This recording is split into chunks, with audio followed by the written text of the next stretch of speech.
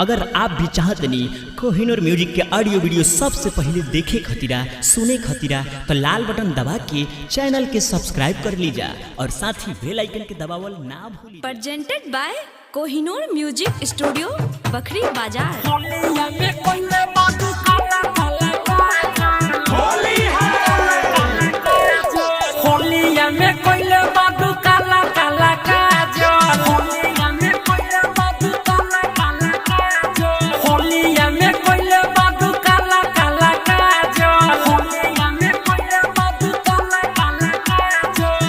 गवही के लइका सब पीछे तोहरा लागल, गवही के लइका सब पीछे तोहरा लागल, होलिया में कोइले बाबू काला काला काजल, होलिया में कोइले बाबू काला काला काजल, होलिया में कोइले बाबू काला काला काजल, होलिया में कोइले बाबू काला काला काजल। Presented by Kohinoor music studio Bakhri Bazar.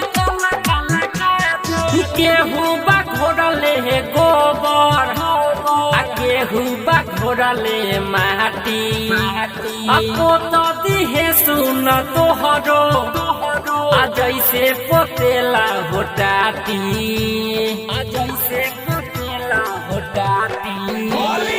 केहू बा घोड़ले है गोबर आ केहू बा घोड़ले माटी अपो तो दिहे सुन तोहरो आ जैसे पोतेला होटाती, आ जैसे पोतेला होटाती। देखी पीछा काटी साली हो जाइबू पागल, देखी पीछा काटी साली हो जाइबू पागल। होलिया में कोइले बाबू काला काला काजल, होलिया में कोइले बाबू काला काला काजल। गवही के लइका सब पीछे तोहरा लागल, गवही के लइका सब पीछे तोहरा लागल, होलिया में कोइले बाबू काला काला काजल, होलिया में कोइले बाबू काला काला काजल, होलिया में कोइले बाबू काला काला काजल, होलिया में कोइले बाबू काला काला काजल। Presented by Kohinoor music studio Bakhri Bazar. Chandan चाटी उठला हाली अनिल कटी हे गाली आ संदीप के लगबू साली सुगन रंग डाली, सुगन रंग डाली।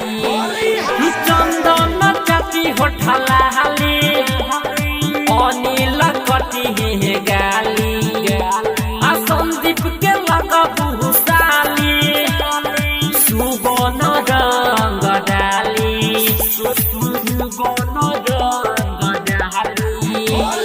सत्यम सहमत रंगी तोहर गागल, सत्यम सहमत रंगी तोहर गागल। होलिया में कोइले बाबू काला काला काजल, होलिया में कोइले बाबू काला काला काजल। गवही के लइका सब पीछे तोहरा लागल, गवही के लइका सब पीछे तोहरा लागल, होलिया में कोइले बाबू